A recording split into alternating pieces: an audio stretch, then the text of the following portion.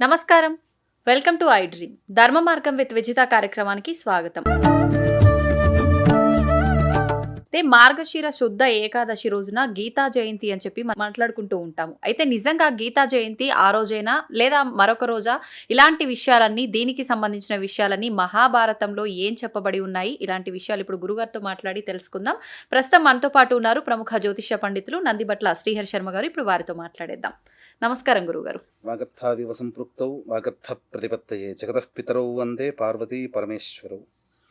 సదాశివ సమారంభాం శంకరాచార్య మధ్యమాం అస్మదాచార్య పర్యంతం వందే గురు పరంపరాం. ఆదిత్యాయ చ సోమాయ మంగళాయ బుధాయ చ గురుశుక్ర శనిభ్యశ్చ రాహవే కేతవే నమః. శృంగేరి జగద్గురు పీఠాధిపతులకి, కంచి పీఠాధిపతులకి నమస్కారములు తెలియజేసుకుంటూ కార్యక్రమాన్ని ప్రారంభిద్దాం. గురుగారు, మార్గశిర శుద్ధ ఏకాదశి రోజునే మనం గీతా జయంతి అని చెప్పి మాట్లాడుకుంటూ ఉంటాం. నిజంగా గీతా జయంతి అదే రోజున? దీని గురించి భారతంలో ఏం చెప్పబడి ఉంది తెలియజేయండి. మనకు మహాభారతం యొక్క వ్యాస మహాభారతం ఆది మూల గ్రంథం అనేటువంటి యొక్క గ్రంథంలో మనకు ఉల్లేఖించబడింది. అంటే సాధారణంగా మనకు ఈ మార్గశిర శుద్ధ ఏకాదశి రోజున భారతదేశమంతటా ప్రపంచవ్యాప్తముగా అందరూ కూడా గీతా జయంతి అనేటువంటిది జరుపుకుంటారు. గీతా జయంతి అని అంటే భగవద్గీత అర్జునుడికి శ్రీకృష్ణ భగవాన్ల వారు ఉపదేశించినటువంటి సందర్భం, అనగా యుద్ధం ప్రారంభం కావడానికంటే ముందు సంబంధించినటువంటిది. మనకు ఇది ఎక్కడి నుంచి వచ్చింది? మార్గశిర శుద్ధ ఏకాదశి అంటే ఉత్తరాది ప్రాంతం నుంచి వచ్చింది. అయితే భారతం యొక్క కాలమాన ప్రకారము గీతా జయంతి ఒక సందర్భం అయితే మనం ఆచరిస్తుంది ఇంకొక సందర్భంగా ఉందేమో అనిపించింది. ఎందుకంటే కొన్ని మూల గ్రంథాలను పరిశీలన చేసినప్పుడు, ఎందుకనంటే ఉత్తరాది వాళ్ళు ఏమని చెప్తారు అనంటే మార్గశిర శుద్ధ త్రయోదశి రోజున యుద్ధం ప్రారంభమై, మహాభారతం యుద్ధం ఎన్ని రోజులు జరిగిందమ్మా? 18 రోజులు జరిగింది కదా. ఈ 18 రోజుల యుద్ధ కాలంలో ఎప్పుడు ప్రారంభమై ఎప్పుడు అంతమయ్యింది అని అన్నప్పుడు మార్గశిర శుద్ధ త్రయోదశి రోజున యుద్ధం ప్రారంభమై పుష్యమాసం పాడ్యమి వరకు జరిగింది. దానికన్నా 2 రోజుల ముందరగా ఈ యొక్క సంబంధించినటువంటి గీతోపదేశము అర్జునుడికి కృష్ణ భగవాన్ల వారు ఇచ్చారు అని చెప్పి చెప్పుకోవడం, తద్వారా ఈ యొక్క మార్గశిర శుద్ధ ఏకాదశిని గీతా జయంతి సందర్భంగా అందరూ జరుపుకుంటూ వస్తున్నారు. ఇక్కడ మనకు గమనించాల్సిన అంశం ఏంటంటే, బాగా వీక్షించేటువంటి ఐ డ్రీమ్ ప్రేక్షకులు కూడా గమనించాల్సింది ఏంటంటే, చిన్న లాజిక్ అమ్మ. చెప్పండి. యుద్ధం ప్రారంభం అవ్వడానికంటే ముందు కదా అర్జునుడికి గీతోపదేశం చేసింది. అంటే గీతోపదేశం చేసిన 2 రోజుల తర్వాత యుద్ధంలో పాల్గొన్నాడా? అక్కడ మహాభారత యుద్ధ కాలంలో యుద్ధం జరగడానికంటే ముందు రోజు ప్రవేశం చేసినప్పుడు అక్కడ ఉన్నటువంటి సమస్తమైనటువంటి దాయాదులు నాన్నదమ్ములే, నాకు విద్య నేర్పిన వాళ్లే, నా తాతగారే, ఇలా మొత్తం నా వాళ్లే అని చూసి ఇక విరక్తి చెంది, దీనికోసమా, వీళ్ళని చంపడం కోసమా నేను యుద్ధం చేయడము అని చెప్పి విరక్తి చెంది శస్త్రాస్త్రాల్ని పడవేసి మిన్నకుండిపోయినాడు అర్జునుడు. అటువంటి సందర్భంలో యుద్ధము కార్యోన్ముఖునిగా చేయడం కోసమై భగవంతుడు ఈ యొక్క గీతోపదేశం చేశాడని చెప్పి మనకు భారతం అందరూ కూడా విశ్వసిస్తారు. అంటే యుద్ధం ప్రారంభం కావడానికంటే ముందు వీళ్ళు చెప్పబడినటువంటిది ఏంటి? మార్గశిర శుద్ధ త్రయోదశి రోజున ప్రారంభమై పుష్యశుద్ధ పాడ్యమికి 18 రోజులు పూర్తవుతుంది. ఆ విధంగా దానికి 2 రోజుల ముందుగా వచ్చే మార్గశిర శుద్ధ ఏకాదశిని గీతా జయంతిగా జరుపుకుంటుంటారు.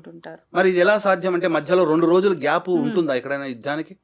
ఇప్పుడు మనం ఏదైనా కానీ, ఇప్పుడు ఒక క్రికెట్ మ్యాచ్ చూస్తుంటాం, ఒక వాలీబాల్ మ్యాచ్ చూస్తుంటాం, ఒక రగ్బీ మ్యాచ్ చూస్తుంటుంటాం. ఉన్నప్పుడు ఆ మైదానంలో ప్రవేశించిన తర్వాత అందరూ కూడా గుమికూడిపోతారు. గుండ్రంగా గుమికూడి ఒకళ్ళ భుజాల మీద ఒకళ్ళు వేసుకొని ఒకళ్ళనొకళ్ళు ప్రోత్సహించుకుంటారు. తద్వారా వెంబడే క్రికెట్ కానీ, రగ్బీ కానీ, ఫుట్బాల్ కానీ స్టార్ట్ చేస్తారు. మరి యుద్ధం అంటే అది కూడా యుద్ధమే, క్రీడా కారణంలో యుద్ధము, ఇది యుద్ధము. మరి యుద్ధం ప్రారంభం కావడానికి అంటే ముందు అంటే మనమంటే ఇప్పుడు ఆ యొక్క భగవద్గీత వచించినటువంటి సంస్కృత శ్లోకాలని అర్థం చేసుకుంటూ దాన్ని ఒక పెద్ద గ్రంథంగా మనం ప్రతిరోజు ఒక్కొక్క శ్లోకం చదువుకుంటాం. మరి ఆ కాలంలో వాళ్ళకి గమనించుకుంటే సంస్కృతమే కదా మాట్లాడుకునే భాష.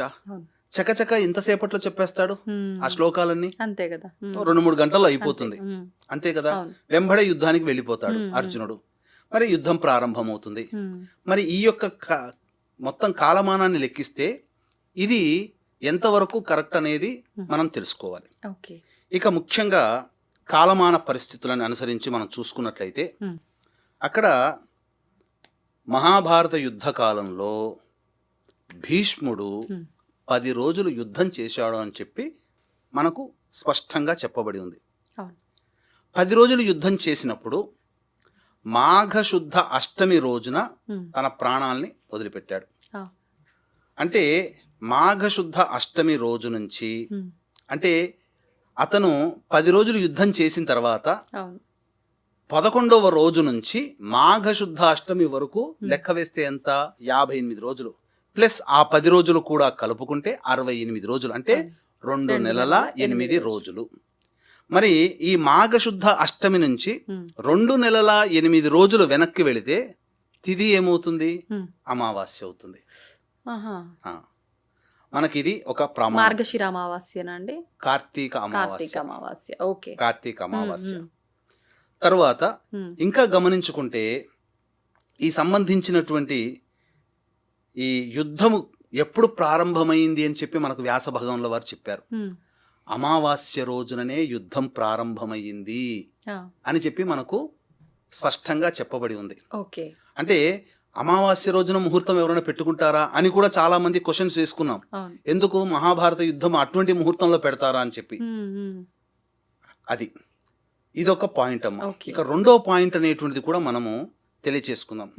వీక్షించేటువంటి ప్రేక్షకులు గమనించాల్సినటువంటిది జాతకరీత్యా కలుగు విద్య, వివాహ, ఉద్యోగ, దాంపత్య, సంతాన, అనారోగ్య సమస్యల నివారణకి మరియు వృషభ, మిథున, కర్కాటక, సింహతుల, వృశ్చిక, మకర, కుంభమీన రాశిలో జన్మించిన వారికి శనిదోష పరిహారార్థమై సర్వదోష నివారణ పూజలు, హోమాలు డిసెంబర్ 15వ తారీఖు రోజున దత్త జయంతి సందర్భంగా మధ్యాహ్నం 3 గంటలకి కార్యక్రమం ప్రారంభమవుతుంది.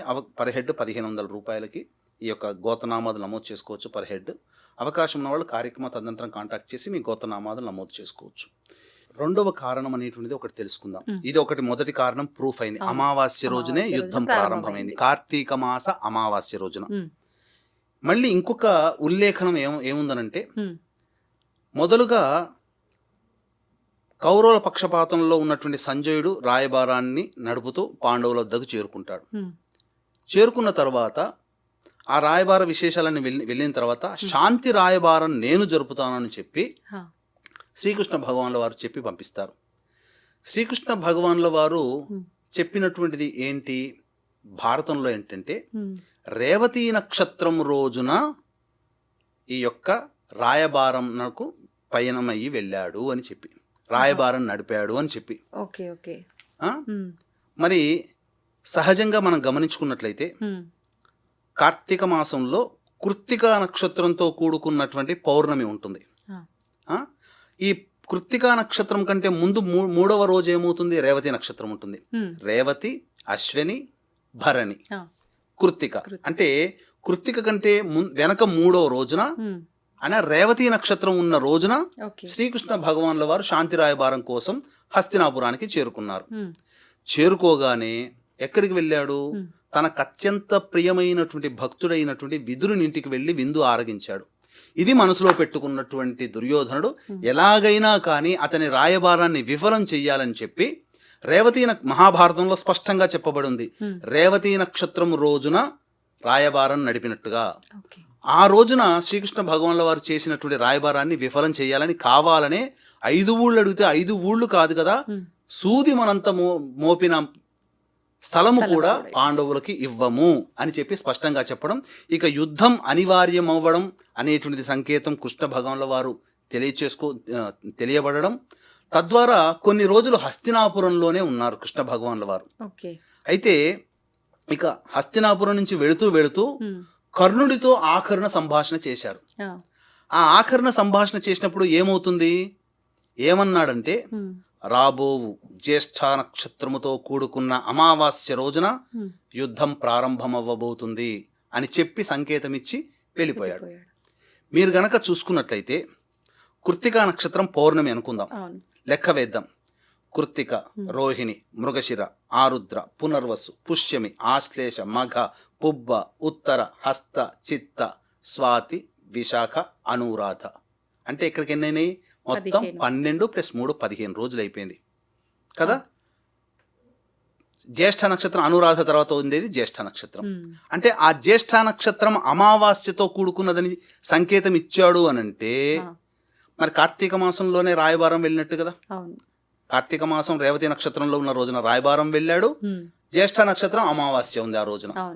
కాబట్టి కార్తీక మాసం అమావాస్య రోజుననే యుద్ధం ప్రారంభమయ్యింది.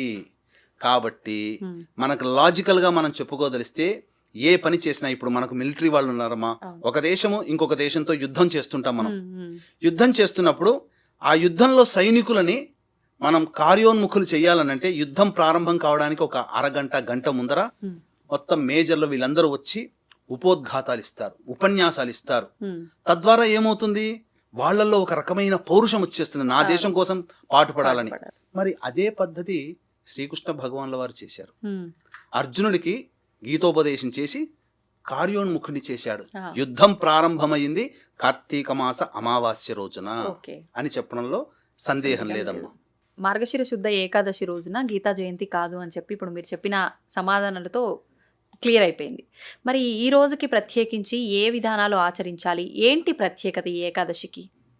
మార్గశిర శుద్ధ ఏకాదశి రోజున నరక కూపంలో పడి బాధలు అనుభవిస్తున్నటువంటి పితృదేవతల యొక్క విముక్తి కోసం ఆ వారసుడు ఎవరైతే ఉంటారో ఆ ఇంటి వారసులు ఉపవాస నియమాల్ని పాటించి విష్ణు అనుగ్రహాన్ని గనక పొందితే వాళ్ళ వంశంలో నరకలోకంలో ఇబ్బంది పడుతున్నటువంటి పితృదేవతలు అంటే తల్లి తండ్రులు, తాత ముత్తాతలు, నాయనమ్మలు, ముత్తవ్వలు, వీళ్ళందరూ, అమ్మమ్మలు, తాతయ్యలు, వీళ్ళందరూ కూడా ఆ నరకకూప బాధ నుంచి విముక్తి పొందుతారట. అంటే పూర్వము వైఖానసుడు అనేటువంటి ఒక రాజుకి కలలు వచ్చినాయట, తన తండ్రి నరకకూపంలో పడి బాధలు అనుభవిస్తున్నాడు, ఏం చెయ్యాలని చెప్పినప్పుడు ఆ యొక్క రాజ పురోహితుని సంప్రదించగా ఈ మార్గశిర శుద్ధ ఏకాదశి రోజున విధి నియమాలు అనుసరించి విష్ణు అనుగ్రహాన్ని పొందు మహారాజా, తద్వారా మీ తండ్రి గారికి మోక్షం కలుగుతుందనగానే ఉపవాసాది నియమములు పాటిస్తూ విష్ణునామ స్మరణ చేస్తూ విష్ణు సహస్రనామ పారాయణం చేయడం, తులసి దగ్గర ఆవునేతితో దీపారాధన చేసి విష్ణు సహస్రనామ పారాయణం, అలాగే దేవాలయంలో విష్ణు అభిషేక అర్చనలు చేయించడం తద్వారా కలిగినటువంటి పుణ్య ఫలితం వలన తన తండ్రికి మోక్ష ప్రాప్తి కలిగింది. కాబట్టి వీక్షించేటువంటి ప్రేక్షకులు కూడా ఈ మార్గశిర శుద్ధ ఏకాదశి రోజున మీ తల్లిదండ్రులు, ఎందుకనంటే తల్లిదండ్రులు, తాత ముత్తాతలు ఎవరు స్వర్గము ఎవరు నరకము ఉన్నారో, ఎవరు మళ్ళీ జన్మెత్తారో జన్మ ఎత్తకుండా ఇబ్బంది పడుతున్నారో తెలియదు. కాబట్టి ప్రేక్షకులందరూ కూడా ఈ మార్గశిర శుద్ధ ఏకాదశి రోజున ఉపవాస నియమాన్ని పాటించి విష్ణునామ స్మరణ, విష్ణు సహస్రనామ పారాయణ, తులసి చెట్టు దగ్గర ఆవు నేతితో దీపారాధన ఇవి చక్కగా సభక్తిగా చేయండి. మీ వంశంలో మోక్షాన్ని పొందినటువంటి ఆత్మలకి మోక్ష ప్రాప్తి కలుగుతుంది అని చెప్పడంలో ఏమాత్రం సందేహం లేదు. ఎందుకంటే పితృదేవతలకి మోక్షాన్ని ప్రసాదించే ఏకాదశి ఈ మార్గశిర శుద్ధ ఏకాదశి.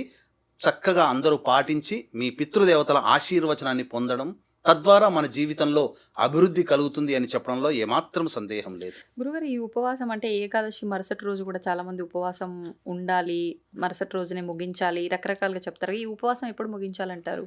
ఏకాదశి రోజున నిర్జల ఉపాసన చేసేవాళ్ళు ఉన్నారు. అంటే మన ఉన్నటువంటి లాలాజలం కూడా మింగకుండా చక్కగా ఉపవాసం చేయడం అది కఠినం. ఇక పాలు పండ్లు ఇతర పదార్థాలు తీసుకుంటూ, ఉడికించినటువంటి పదార్థాలు కాకుండా పాలు పండ్లు తీసుకుంటూ ఆ రోజంతా ఉపవాసం ఉండి విష్ణునామస్మరణ చేసుకుంటూ ఉండి తెల్లవారి ద్వాదశి గడియలు వచ్చిన తర్వాత అప్పుడు మళ్ళీ విష్ణుదేవుని యొక్క అనుగ్రహం కోసం విష్ణునామస్మరణ, విష్ణు సహస్రనామ పారాయణం చేసి అభ్యాగతులకు ఎవరికైనా కానీ అన్నదానము కానీ ఇంటికి పిలిపించి భోజనం పెట్టి తదనంతరం ఆ యొక్క వ్యక్తి ఆ ఉపవాసం చేసిన వ్యక్తి కుటుంబ సమేతముగా భోజనం చేస్తే ఆ ఉపవాస నియమము సంపూర్ణమవుతుంది. తద్వారా ఇదే ఉపవాసాన్ని పాటించాల్సిన ఏకాదశి ఉపవాస విధి నియమం చెప్పవచ్చు. అయితే మనకు మన జీవితానికి అంటే మానవుల జీవితానికి మార్గదర్శకం ఏదైనా ఉంది అని అంటే అది గీత. గీతకు సంబంధించిన ఒక విశేషమైన రోజు అని అంటే అది గీతా జయంతి. మరి ఈ గీతా జయంతి మనకు ఈ డిసెంబర్ 1వ తారీఖున రాబోతోంది ఈసారి. అసలు ఎందుకు గీతా జయంతి జరుపుకుంటున్నాం, అసలు ఆ రోజు ఏం ఆచరించాలి మాట్లాడుకోబోయే ముందు గీతా జయంతి జరుపుకోవడానికి వెనకాల ఆంతర్యం ఏంటో ముందుగా మనం మాట్లాడుకుందామండి. దాని గురించి తెలియజేయండి. తప్పకుండా అండి. అంటే గీత అంటే భగవంతుడు ఈ సృష్టిలో ఈ కలియుగంలో మానవాళికి భగవంతుని వాక్కు ద్వారా వచ్చినటువంటిది. వేరేవన్నీ కూడా గ్రంథాలు రాసినవి. మత గ్రంథాలు ఉమ్, రాయబడినవి, రాయబడినవి. మనుషులు రాయబడినవి. కానీ ఇది భగవద్గీత సాక్షాత్గా శ్రీకృష్ణ పరమాత్మ యొక్క ముఖారవిందం ద్వారా ఉమ్, బయటకు వచ్చినవి. ఉమ్, ఇప్పుడు తర్వాత ఎంతోమంది శాస్త్రజ్ఞులు ఇప్పటికి కూడా ఆ వాయిస్ అలా ఆకాశంలో ఉంది, వినిపించింది వీళ్ళకి. ఉమ్, ఉమ్. ఇప్పటికి. ఇప్పటికి కూడా రికార్డ్ అయి ఉంటుంది. మనం మాట్లాడే ప్రతి మాట ఉమ్, ఆకాశిక్ రికార్డ్ అంటారు. ఆ. ఆకాశంలో రికార్డ్ అయి ఉంటుంది. మనం మనం మాట్లాడేది కూడా. మాట్లాడేవి కూడా, ఇప్పుడు అంటే మాట్లాడేవి కూడా, ప్రతి శబ్దము ప్రతి రికార్డ్ శబ్దము కూడా అవుతుంది. ఆకాశంలో. అంటే ఆత్మన ఆకాశ సంభూత, ఆకాశాద్వాయు, వాయోరగ్ని, అగ్నిరాప, ఆపహో పృథ్వీ, పృథ్వో ఔషధ, ఔషధో అన్నాత్, అన్నాత్ పురుష. పురుష అంటే జీవుడు. ఉమ్, మన జీవుడికి వెనకాల ఇంత వ్యవస్థ ఉంది. అదే ఆకాశం నుంచి ఈ మిగిలిన భూతాలన్నీ సృష్టించబడ్డాయి. వాయువు, అగ్ని, ఉమ్, ఈ రకంగా జలము, భూమి, ఇవన్నిటికీ మూలం ఎక్కడ? ఉమ్, ఆకాశమే. ఓకే. అందుకని వీటిని ఈ భూతాలకి పైన ఉమ్, తన్మాత్రలు అంటారు. తన్మాత్ర ఈ పంచభూతాలకి మాతృకలు. మరి వీటికి కూడా ఏదో ఒక ఆధారం. ఒక దాని నుంచి సృష్టించబడి ఉండాలి కదా. అవును. శబ్ద, స్పర్శ, రూప, రస, గంధ, ఇవి ఇవి తన్మాత్రలు అంటారు. ఇవి పంచ మహాభూతాలు అంటారు వీటిని. ఉమ్, ఉమ్, ఉమ్, అందుకని వీటిలో ఏముంది? ఇవేం కనిపించేవి కావు కదా. అవును. శబ్ద, స్పర్శ, రూప, రస, గంధ. ఉమ్, అందుకని ఈ మొత్తం సృష్టి అంతా కూడా ఆకాశం నుంచి కిందికి సృష్టించబడింది. అందుకని భగవద్గీతలో శ్రీకృష్ణ పరమాత్మ ఊర్ధ్వమూలం అధశాఖ అన్నాడు. అందుకని ఉమ్, వీటన్నిటికీ మూలం పైన ఉంది, ఈ కింద నువ్వు చూస్తున్నవన్నీ శాఖలు అన్నాడు. ఆహా. అందుకని మనం ఏదన్నా ఆధ్యాత్మికంగా కానీ దైవికంగా కానీ ఏదన్నా విషయం గురించి, దేని గురించి అయినా లౌక్యంలో కూడా మీకు అనేక కష్ట నష్టాలు ఉన్నాయి అంటే ఇదంతా భగవద్గీత సారాంశం. ఓకే. భగవద్గీతలో మన ఇంట్రెస్ట్ కొద్దీ అన్వేషిస్తే మనకు కావాల్సిన విజ్ఞానం అంతా భగవద్గీతలో ఉంది. ఉమ్, మనం ఏ విజ్ఞానం ద్వారా ఒక యూనివర్సిటీకి వెళ్ళి మనం చదువుకొని ఉత్తీర్ణులై మన జీవితాన్ని సార్థకత చేసుకుందాం అనుకుంటున్నామో, సర్వమానవాళికి మతభేదం లేకుండా ఉమ్, సర్వమానవులకి భగవంతుడు అందించిన జ్ఞానమే భగవద్గీత. అందుకని మనకన్నా ఎక్కువగా ఇతర దేశాల్లో, ఇతర భాషల్లో వాళ్ళకి చాలా సులభంగా ఈ భగవద్గీత అర్థమవుతుంది. అంటే ఇంగ్లీష్లో ఉన్న కామెంటరీస్ ఎక్సలెంట్గా, స్వామి చిన్మయానంద ఎక్సలెంట్ ఇంగ్లీష్ కామెంటరీ రాశారు ఆహా. భగవద్గీత మీద. భగవద్గీత గురించి. చాలా సైంటిఫికల్ ఇన్ఫర్మేషన్ ఉంది. యంగ్స్టర్స్ అందరూ, స్టూడెంట్స్ అంతా ఉంటే దాన్ని చదువుకోవచ్చు. ఉమ్, ఉమ్, అదే ఇంకొకటి, మనం ఏం పూజ చేయాలన్నా ఏదన్నా నియమం అవన్నీ ఉంటాయి. మరి యావత్ మానవాళికి మరి వాళ్ళ భౌగోళిక పరిస్థితులకి అనుగుణంగా మరి వాళ్ళు భగవంతుని ఆశ్రయించాలంటే మార్గం ఏది? భగవద్గీతే. ఇందులో మనకి ప్రామాణికంగా అంటే మనం కొంత అర్థం చేసుకోవడానికి వీలుగా భగవద్గీతకి బీజము, శక్తి, కీలకం అని ఉంటుంది. అంటే 2 శ్లోకాలే, ఒక్క 2 శ్లోకాలు మీరు భగవద్గీతది అధ్యయనం చేయగలిగితే, కాన్సన్ట్రేట్ చేసి ఒక్కొక్క పదానికి అర్థం ఏంటని తెలుసుకోవాలని ప్రయత్నం చేస్తే మీకు యూట్యూబ్లోనే దొరుకుతాయని అర్థం. అసలు జిజ్ఞాస ఉండాలి మనిషికి, అంతే. ఈ భగవద్గీత ఏంటి అని మీరు ప్రశ్నిస్తారు, దానికి సమాధానం ఏం చెప్తున్నాం? ఇది ప్రతిదానికి ఒక బీజం ఉంటుంది, శక్తి ఉంటుంది, కీలకం ఉంటుంది. బీజం ఏంటి? అశోచ్యానన్న శోచత్వం. 2వ అధ్యాయంలో 11వ శ్లోకంలో సాక్షాత్ భగవంతుడు భగవానువాచ, మొట్టమొదట భగవంతుడు పలికిన మాట అక్కడి నుంచి. ఉమ్, ఉమ్, ఉమ్, ఉమ్, భగవద్గీతలో మొదటి అధ్యాయంలో పలకలేదు ఆయన. 2వ అధ్యాయంలో అర్జున విషాదయోగమే మొత్తం అంతా. ఆ, మన విషాదమే. ఇప్పుడు మన జనుల యొక్క విషాదం అంతా మొదటి అధ్యాయం. 2వ అధ్యాయంలో కూడా 10 శ్లోకాలు కూడా విషాదమే. ఆ. అందుకని అక్కడి నుంచి ఇంకా భగవంతుడు వీటన్నిటికీ సమాధానం ఇచ్చాడు. ఓ, అంటే ముందంతా సమస్యలు. అందుకని అందులోనే ఉంటాయి మన సమస్యలన్నీ, ఉమ్, మన సందేహాలన్నీ. వీటికి సమాధానం ఏం చెప్పాడు ఆయన? ఒక్క మాటలో చెప్పేశాడు అన్నిటికీ. ఏం- అశోచ్యానన్న శోచత్వం. నువ్వు అసలు దేని గురించి బాధపడాలో, దేని గురించి దుఃఖపడాలో దాని గురించి దుఃఖపడనే పట్టలే. నువ్వు పడేటువంటి దుఃఖాలకి అర్థం లేదు అన్నాడు. అర్థం లేని వాటి గురించి బాధపడడం ఎందుకు? వ్యర్థం. అంత మీకు అర్థం చేసుకోగలిగితే కానీ అంత అవి డెప్త్లో అర్థం లేనివి అంత అని డెప్త్లో దాని వ్యాఖ్యానం ఉందండి. మార్ల రామకృష్ణ గారు రాశారు, నేను కూడా రాశాను, గతంలో నా ద్వారా రాయించారు. గీతా సందేశం అనేటువంటి పుస్తకాన్ని నేను రాశాను, 2021లో రాశాను గీతా జయంతికి. అందుకని ఇందులో అద్భుతమైనటువంటి వ్యాఖ్యానాలు, ఈ అశోచ్యానన్న శోచత్వం గురించి వివరణ అంతా మీకు వేరే వేరే గ్రంథాల్లో దొరకదు. మరి మార్ల రామకృష్ణ గారు రాసిన వివరణలో ఉంది, నేను రాసిన పుస్తకాల్లో ఉంది. నేను 2 పుస్తకాలుగా రాశా, మొదటి విభాగం తర్వాత 2వ విభాగం. కానీ మొదటి విభాగం బుక్గా ప్రింట్ అయింది, అన్ని పుస్తకాలు పనిచేసా, కేవలం నా దగ్గర నిమిత్త మాత్రంగా ఉన్నాయి. రెండోది ఉన్నాయి అన్ని పీడిఎఫ్స్గా మేము మళ్ళీ తిరిగి ఈ అగస్త్య స్పిరిచువల్ ఆర్గనైజేషన్ వెబ్సైట్ ద్వారా ఈ పీడిఎఫ్స్ అన్నీ కూడా నేను మళ్ళీ లోకానికి అందజేస్తాను. ఫ్రీ పీడిఎఫ్ డౌన్లోడ్ చేసుకోవచ్చు. ఒక్క 4-5 శ్లోకాలని మీరు అధ్యయనం చేయండి. భగవద్గీత గురించి అంటున్నారా? గీతా జయంతి రోజున అధ్యయనం చేయాలంటున్నారా? ఎప్పుడైనా, ఎప్పుడు సమస్య ఉన్నా, ఎప్పుడు మనిషికి సమస్య ఉన్నా దానికి నియమాలతో ఏం పని లేదు. ఇప్పుడు విడి రోజుల్లో అయితే ఎప్పుడైనా ఈ శ్లోకాలని వాటిని అధ్యయనం చేయండి, వాటిలో ఉండేటువంటి అంతరార్థాన్ని తెలుసుకోవడానికి ప్రయత్నం చేయండి. ఇంతకుముందు మనం ఈ భగవద్గీతను ఎవరు ఉపయోగించుకున్నారు అంటే ఒక్క వాక్యాన్ని, ఒకే ఒక శ్లోకంలోని ఒక పాదాన్ని, వాసుదేవ సర్వమితి స మహాత్మా సుదుర్లభ అనే ఒక్క వాక్యం దొరికింది అరవిందుల వారికి జైల్లో కూర్చున్నప్పుడు. మనం అనుకుంటున్నాం మన కష్టాలని, అందుకే అశోచ్యానన్నాడు. మనం నిజంగా అసలు కష్టం ఉన్నటువంటి వాడికి భగవంతుడు దిగొచ్చాడు. మనం మన చేతులారా చేసుకున్న మిగిలినవన్నీ కూడా మనో సంకల్పాలే. అందుకని ఆ అరవిందో గ్రంథం, ఆ జీవిత చరిత్రను కనుక మనం పరిశీలిస్తే మనకు కావాల్సిన ఇన్ఫర్మేషన్ అంతా ఇస్తాడు ఆయన. ఆయన ఏమంటాడంటే, ఆయనకు ఒక ప్రశ్న వచ్చింది, మనకు రానటువంటి ప్రశ్న, ఒక సైంటిస్ట్కి రావాల్సిన ప్రశ్న. ఏమని? మనిషి జీవించి ఉండంగానే అమృతత్వ ప్రాప్తి పొందగలుగుతాడా? అంటే దేవతలు అమృతత్వ ప్రాప్తి పొందారని మనం అనుకుంటున్నాం. మనకి ప్రామాణికంగా క్షేత్రాలన్నీ కూడా కొన్ని వేల సంవత్సరాల నుంచి పురావస్తు శాఖ వాళ్ళు కూడా పరిశోధించి చెప్తున్నారు, ఇన్ని వేల సంవత్సరాల నుంచి ఈ విగ్రహాలు ఉన్నాయంటే దేవతలే కదా. అందుకని అది మరి ఆ దేవతలకు ఉన్నటువంటి ఆ అమృతత్వం ఈ మనిషికి శరీరం ఉన్నప్పుడే పొందడానికి ఏమన్నా వీలవుతుందా అన్న ప్రశ్న మరి ఉదయించాలి కదా.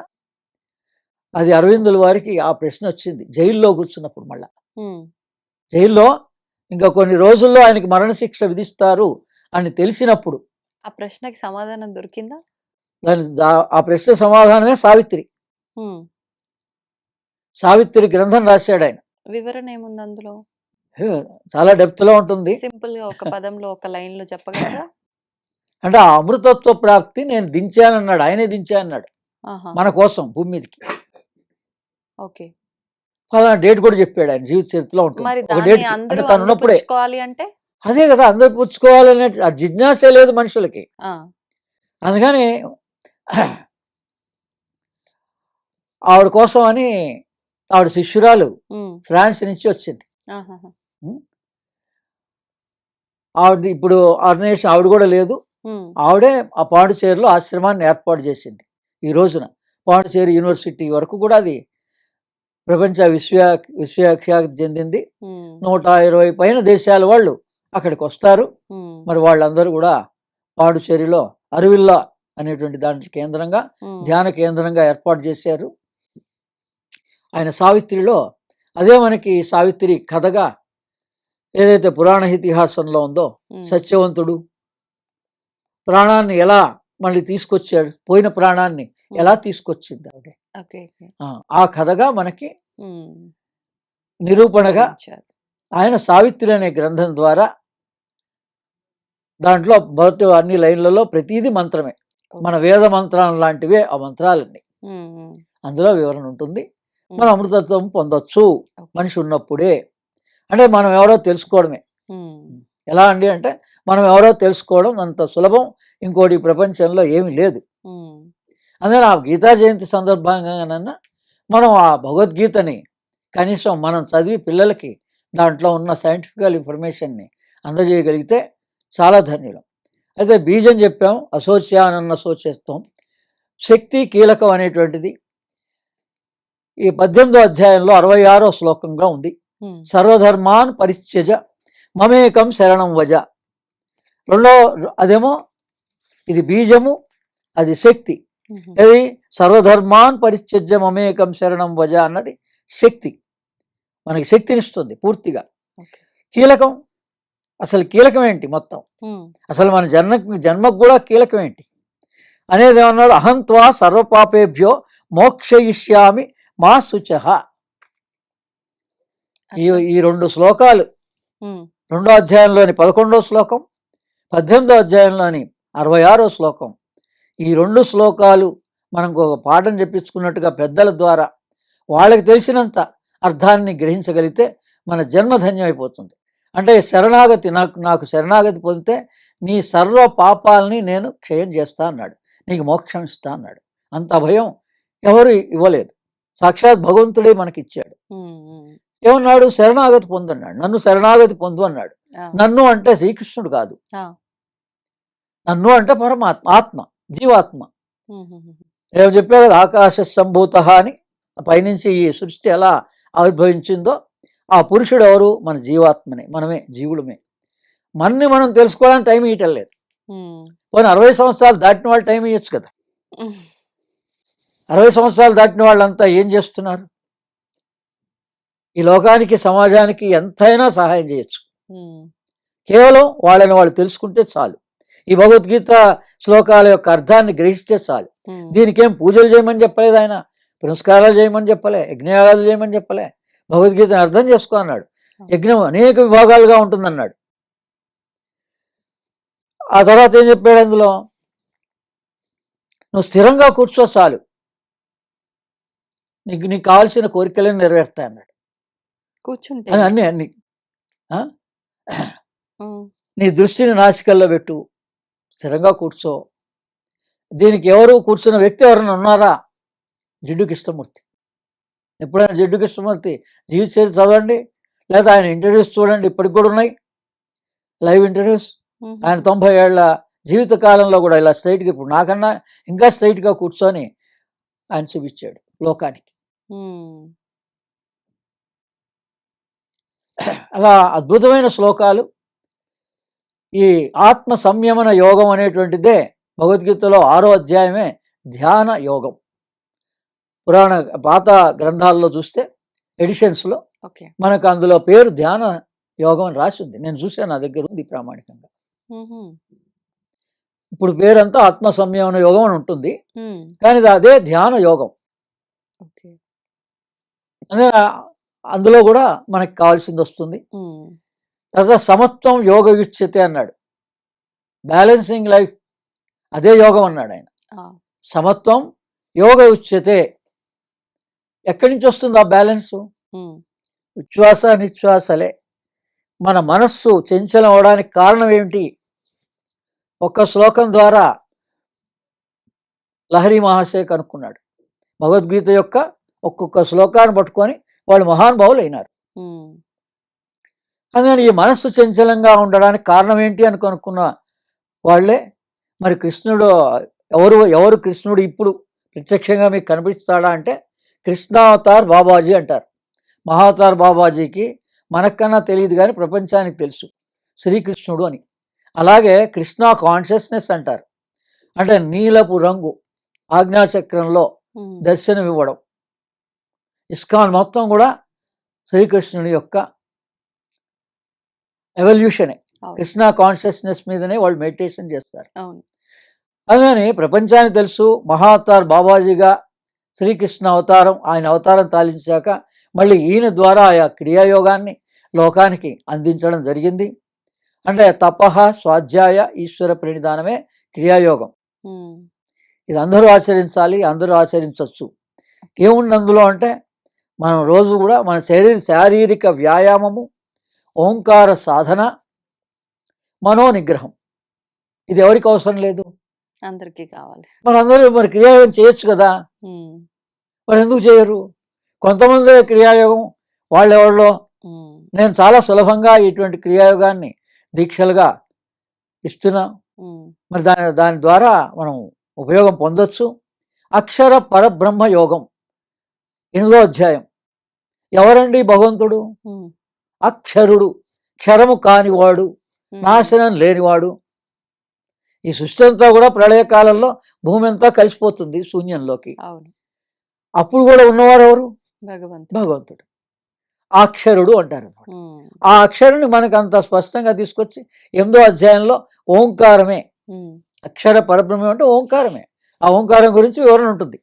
ఉమ్, ఉమ్, ఉమ్, అలాగే ఈ శరణాగతి, ఈ ఈ చెప్పే శక్తి కీలకం.